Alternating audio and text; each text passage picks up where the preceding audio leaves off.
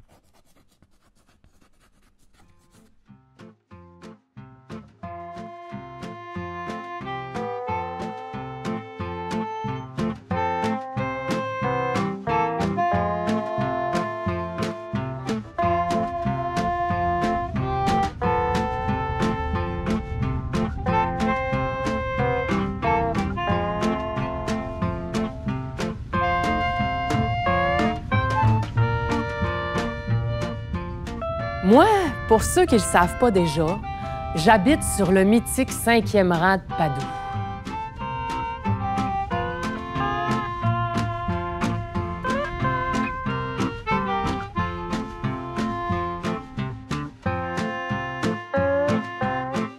Ce qu'il y a de particulier avec le 5e de Padoue, c'est que c'est un cul-de-sac qui ne mène pas à Padoue.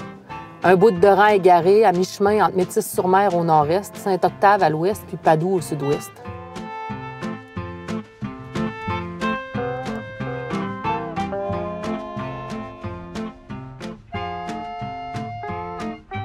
Le 5e rang de Padoue, il n'est même pas tout à Padoue. Le monde qui habite du côté nord sont des Méticiens et Méticiennes, puis le monde qui habite du côté sud sont des Padoviens et Padoviennes. C'est la ville de Métis qui ouvre les chemins puis qui ramasse nos vidanges, puis sur notre malle, on a le même code postal. Pire que ça, c'est même écrit Métis-sur-Mer. C'est pas toujours drôle de vivre sur le 5e. T'essaieras d'expliquer ça, toi, au gars de Saint-Nimanic qui vient vider ton puisard, que t'habites pas vraiment à Padoue, même si ton rang, c'est le 5e rang de Padoue. Si je te raconte tout ça, cette poutine-là, publique, c'est parce que c'est important. C'est important que tu saches que j'habite le seul et unique endroit à Padoue où on peut se perdre. Parce que Saint-Antoine de Padoue, c'est bien connu. Il retrouve toujours les objets perdus. Il est 4 heures du matin, puis il fait déjà clair. On est en plein mois de juillet. Le vieux thermomètre accroché avec des suces sur la fenêtre de la cuisine affiche déjà 35 degrés Celsius. C'est la première journée de canicule depuis le début de l'été. Il mouille tout le temps cette année. Il mouille puis il fait frette. Mais un matin, Julie Gagné crève dans son lit au 2e étage de sa vieille maison du 8e rang. Elle est seule dans son lit puis elle est contente en esti. Son chum Donald est rentré tantôt sous puis gelé. Il a essayé à 3 reprises de monter l'escalier sans succès pour finir par s'affaler sur le divan. Elle l'entend ronfler puis elle est contente en esti. Parce que s'il avait réussi à monter, il aurait sûrement essayé de la monter. Julie Gagné aurait sûrement dit non, puis Donald aurait sûrement insisté. Julie Gagné aurait sûrement résisté, puis Donald aurait sûrement fini par y sacrer une volée. Une volée normale, une volée du quotidien. Comme essayer de l'étrangler et lui donner des coups dans l'abdomen tout en la traitant de maudite peau de vache. Pas une volée des jours de fête, là. Comme la fois où il a cassé un bras en la garochant en bas des escaliers, puis qu'il a fêlé une côte en la finissant à coups de pied tout en la traitant de maudite peau de vache. Les volées normales et les volées des jours de fête ont toujours ça en commun. Donald la traite de maudite peau de vache. Julie Gagné regarde son bras légèrement retourné vers l'extérieur. Il a guéri tout croche parce qu'elle n'est pas allée à l'hôpital. Elle n'est pas allée à l'hôpital parce que c'est toujours le même médecin par ici. Puis il commence à trouver qu'elle prend des débarques un peu trop souvent. Ça fait qu'à cette heure à la cantine, elle est obligée de brasser le panier de frites avec sa main gauche. Il est 4 heures du matin, puis Julie Gagné a mauditement envie de manger une toast aux bananes sur la véranda puis de finir ça avec un café puis une smoke. Donald ronfle encore. Ça fait bien attention, elle a des chances de manger sa toast puis de fumer sa smoke sans qu'il s'en rende compte, puis de retourner se coucher jusqu'à temps qu'il dégrise. Donald est moins prime quand il dégrise. Quand il dégrise, il lui cuisine des steaks sur le barbecue avec sa marinade spéciale. Il l'appelle ma petite cocotte, puis elle fait jouir 4 fois pendant la même baise. Sauf que depuis le début de l'été, il dégrise pas souvent. Julie Gagné repousse le drap de coton qui la recouvre. Elle descend de son lit, puis elle glisse ses pieds dans ses gougounes. Après, elle enfile sa vieille robe de chambre en ratine saumon qu'elle a volée quand elle avait 15 ans dans la boutique Élégance Mode, un magasin de bonnes femmes des Galeries Montjoly. Elle faisait ça souvent dans le temps avec ses amis, loafer ses cours pour aller voler des affaires lettres chez Élégance Mode.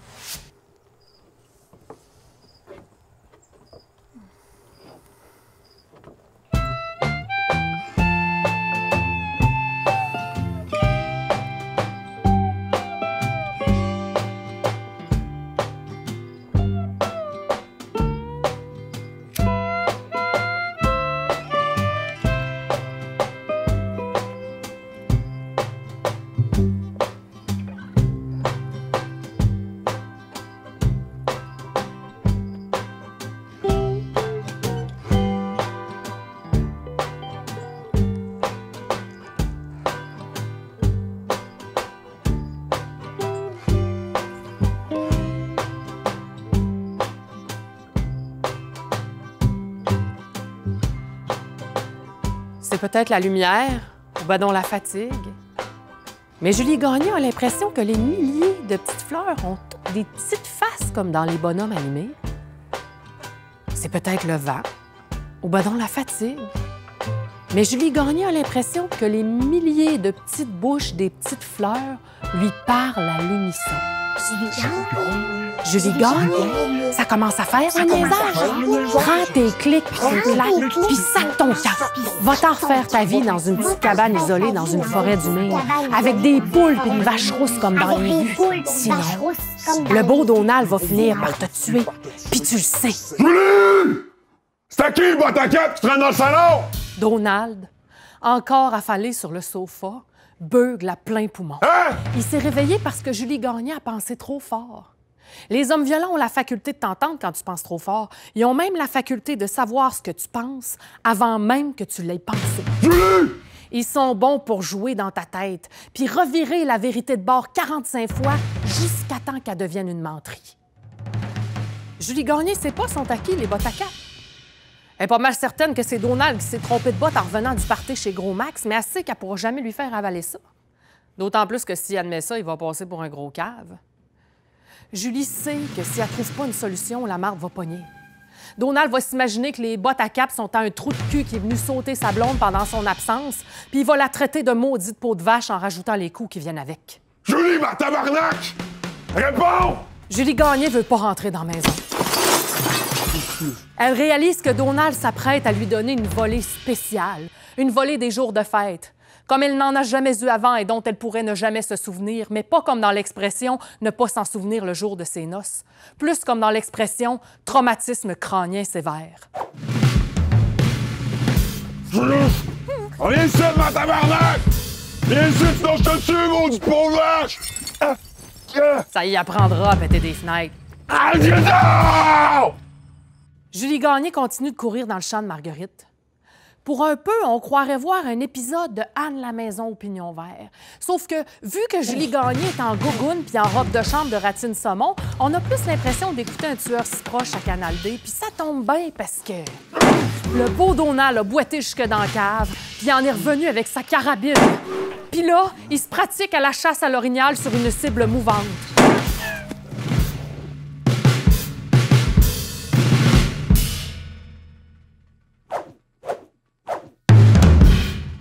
Sauf que Julie Gagné a déjà rejoint le bois, puis Donald a trop mal à la tête pour continuer de tirer.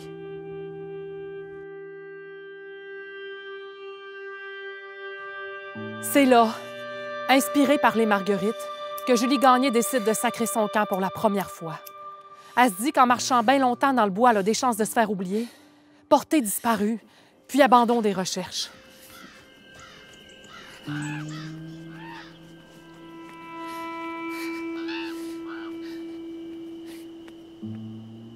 Pendant ce temps-là, elle rejoindrait la 132 dans la vallée de la Matapédia, puis elle ferait du pouce jusqu'au sud du Nouveau-Brunswick où elle tenterait de traverser la frontière du Maine en passant par le bois.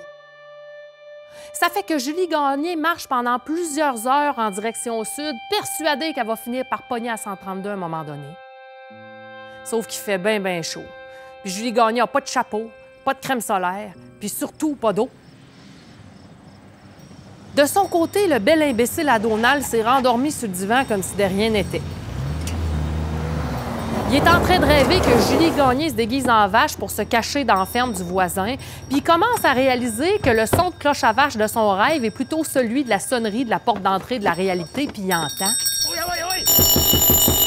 Monsieur Raté, venez nous ouvrir! Sinon, défonce la porte! C'est ironique quand tu y penses. Menacer de défoncer une porte déjà pétée. Sauf que les deux policiers sont pas tellement plus subtils que Donald. C'est juste qu'ils sont de l'autre bord de la loi. Donald leur ouvre, même si ça change pas grand-chose. Monsieur Donald Raté? Ouais? Votre voisin nous a appelés. Il dit qu'il a entendu des coups de feu en provenance de chez vous vers 5 heures du matin. J'ai jamais tiré de coup de feu. Monsieur Raté? Pourquoi la vitre de la porte est cassée? Ah, j'avais oublié mes clés, puis je l'ai pété. C'est pour ça que la vitre est tombée vers l'extérieur? Bon, OK. Ils sont peut-être un petit peu plus brillants que Donald, là, mais pas beaucoup. Monsieur Raté, votre conjointe est-elle avec vous? Non, elle est partie travailler. Pourriez-vous nous donner son numéro au travail, qu'on l'appelle? Ah, je l'ai pas. Pourriez-vous nous dire le nom du lieu où elle travaille d'abord? Je m'en souviens plus, là. Elle vient de changer de job. Monsieur Raté, il va falloir commencer à coopérer. On va vous demander de vous tasser, on va inspecter les lieux. Donald sait qu'il commence à être un peu dans la merde, fait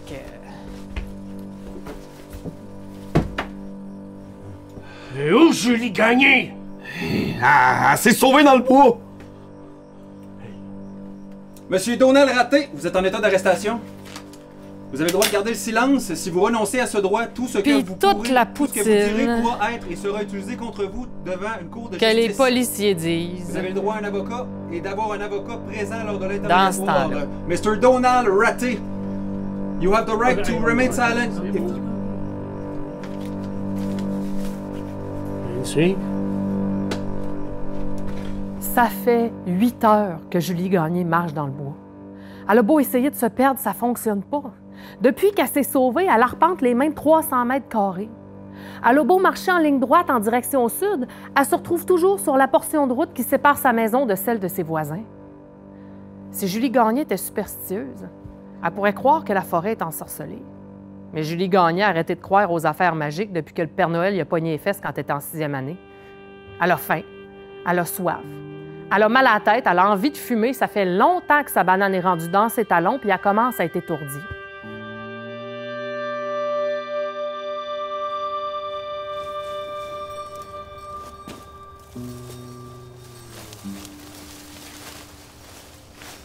Ça fait que quand elle se retrouve sur le bord du chemin pour la 40e fois, elle décide de s'en retourner à la maison.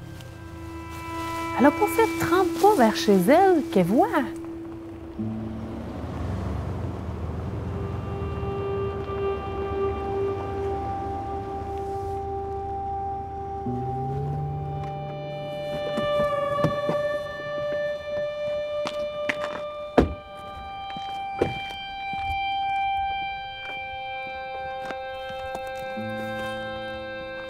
Madame Gagné, vous êtes portée disparue depuis ce matin. Voulez-vous embarquer dans la voiture? On va vous raccompagner chez vous et vous poser quelques questions.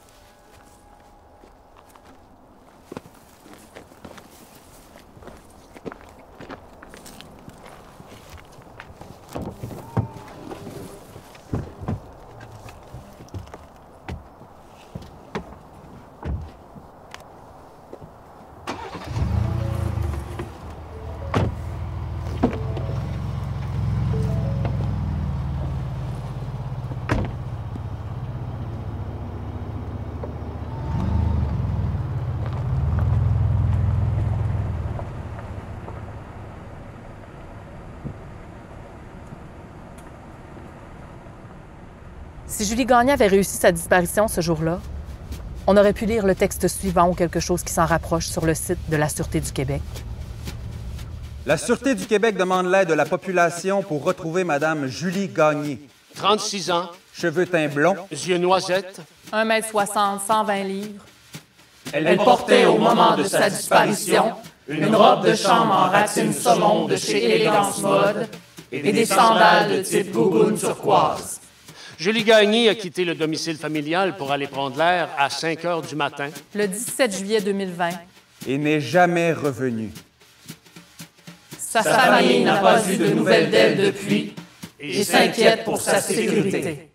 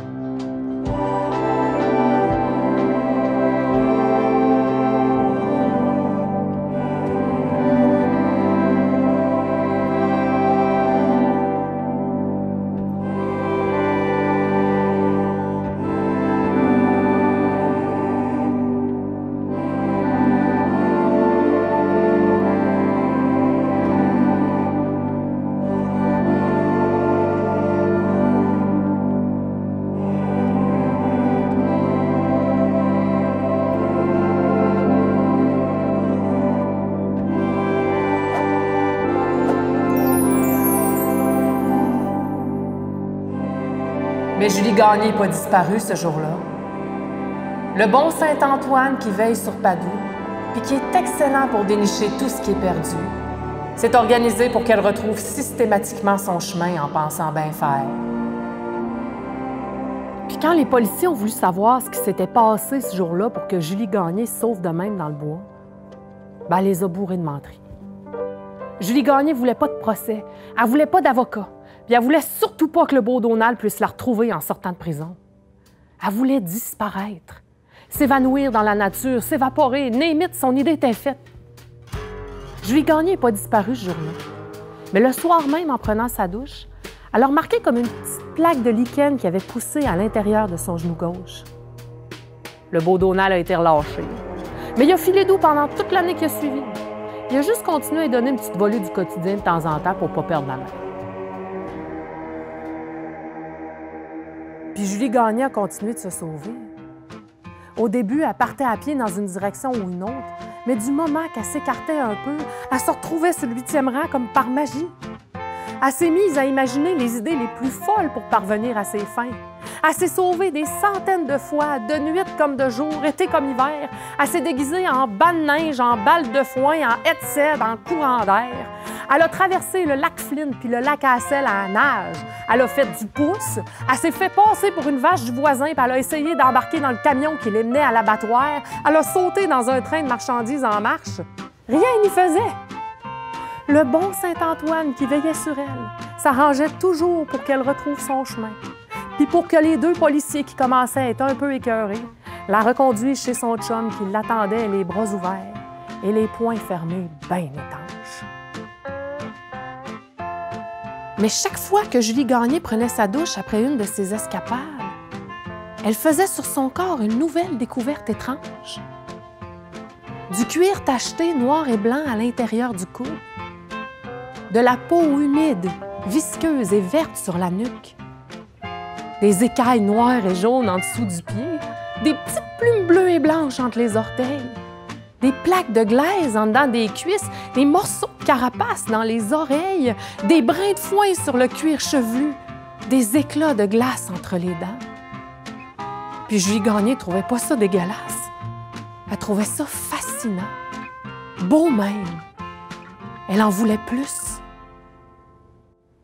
Ces stigmates-là, Julie Gagné les a accumulés à force de se sauver dans le bois. Puis elle en a accumulé tellement qu'à un moment donné, le beau Donald ne l'a pas reconnu en se levant le matin. Puis il l'a jeté dehors en la traitant de sans-abri. Les policiers ne l'ont pas vue, même si elle cherchait. Et le bon Saint-Antoine, du haut de son nuage, l'a prise pour une vache ou une autre bête étrange, une créature dont Dieu seul connaissait le secret. Julie Gagné a marché pendant des milles ce jour-là pour finir par se retrouver sur le 5e rang de Padoue. Ici, personne ne l'a vu, mais tout le monde l'a senti.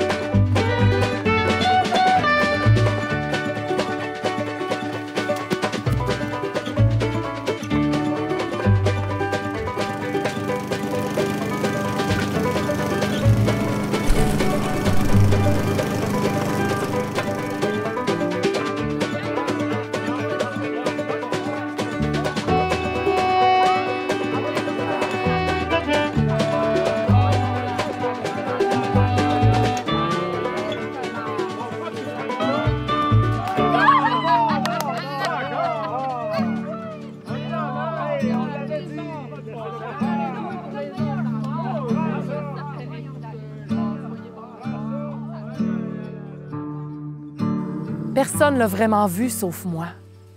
Moi, j'étais allée prendre une marche dans les champs à la tombée du jour, puis j'ai levé les yeux pour regarder les cultures pleines de promesses, d'épluchettes puis de blé d'Inde. Ce que j'ai vu, je peux pas vraiment vous le décrire, mais jamais j'oublierai ce sourire léger comme une soirée d'été qui en finit plus de finir. Ce sourire plein comme une tomate trop mûre. Ce sourire libre, comme les petites lucioles qui clignotent à chaque nuit de la Saint-Jean.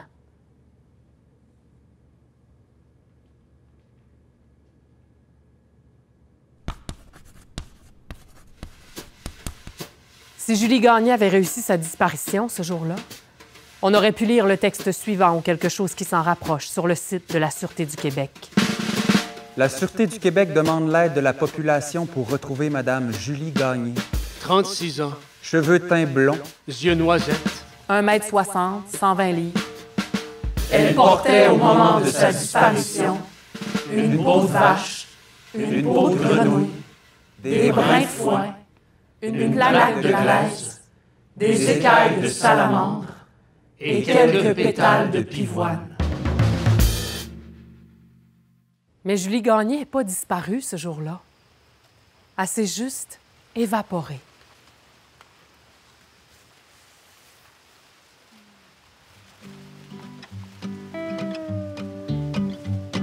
Le cœur en morceaux, le paysage en miettes, les packages volants tournent, les champs d'or et chancelles, fuient à jamais de l'amertume.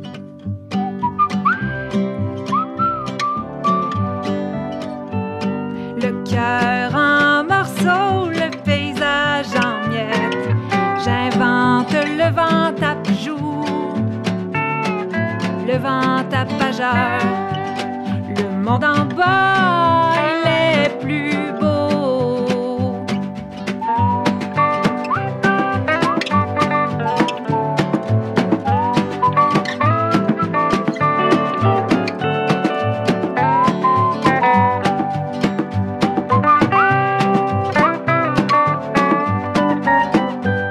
Le cœur en morceaux,